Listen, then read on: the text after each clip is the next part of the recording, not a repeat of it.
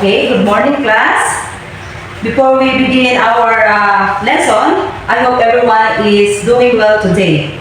So for today's discussions, we will learning about the Republic Act number 1425, also known as Rizal Law.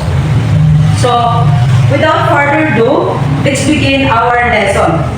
So by the end of this lesson, I hope you understand why we study Jose Rizal and his life and works remain important even in our generations.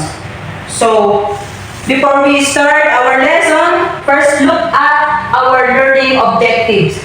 So, by the end of the lessons, learners will be able to, number one, understand the provision and significance of Republic Act 1425 or Rizal Law. Second is to explain the importance of Jose Rizal life, works, and writings. Next is relate Rizal's ideals to present-day Philippine society. And last, promote nationalism, responsible citizenship, and critical thinking. So, these are things that I expect all of you after our discussions.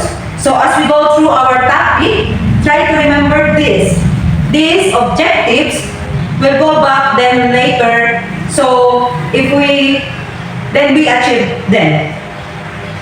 Now, for our objectives, we are clear. Let's proceed the first topic. So, this is our first topic. What is Republic Act number 1425? So, Republic Act 1425 is commonly known as a Rizal Law. It's not about memorizing dates and events. The main purpose of this law is help to become patriotic Filipino who can think critically and love our community. So, as a Rizal said, the youth is the hope of our future. So, this quote remains as that all of you as a student have a very important role in shaping the future of the nation. So now that we have know all the Rizal Law, let's move on the famous literary works. So this is the Jose Rizal's famous literary works. Let's now talk about Jose Rizal's two greatest novels, The Noli Me Tangere and The El Filibos Teresmo. The novels revealed the injustice, discriminations, and abuses experienced by Filipino during the Spanish colonial period.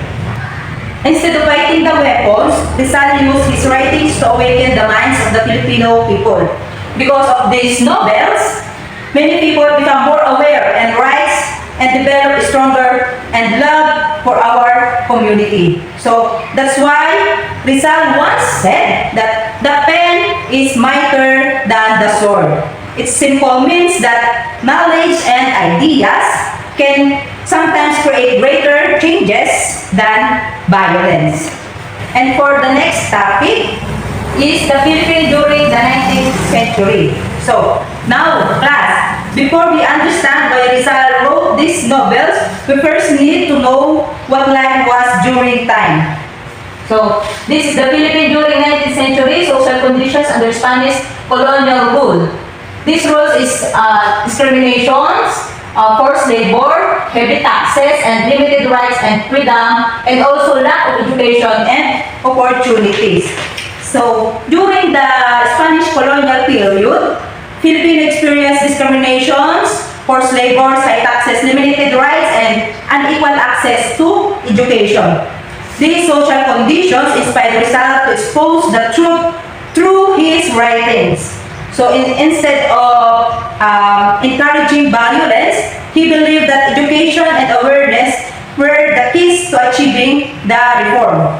And also Rizal said that the youth must be taught how to think, not what to think. This means education should be as become independent thinkers. So next is Rizal's message today. Think critically and love our country. So as a student, we can practice these values by being honest, responsible, respect, and actively participating in helping our schools and community. So, Rizal reminds us that one of each us has ability to make a positive changes society. So, the next concept is a concept map. Now, let's summarize everything we've discussed through this concept map. The relationship of Rizal Law, Jose Rizal's life and works, and Filipinos nationalism. So, as you can see, this Republic Act 1425 required us to study Rizal Law. Through this novel, Noli Me Tangere and All Filibusterismo, Rizal exposed the injustice during the Spanish rule. These writings inspired the nationalism among Filipinos and eventually led by patriotism and responsible citizenship. So this concept map simply show how all the topics we've discussed are connected. So before we end our lesson, let's have a quick review. So today we learned the Rizal Law, why it is created, the importance of Jose Rizal's famous novel, that the situations of the Philippines during the Spanish period, and how Rizal teaching continue to inspire Filipino today. So, class, always remember that studying Rizal is not just about passing a subject. It is about learning how to become a responsible citizenship who love and serve our community. Okay, let's proceed for the assessment. Since we've done, we're discussing, let's move on the assessment. So, look at this picture. On this picture,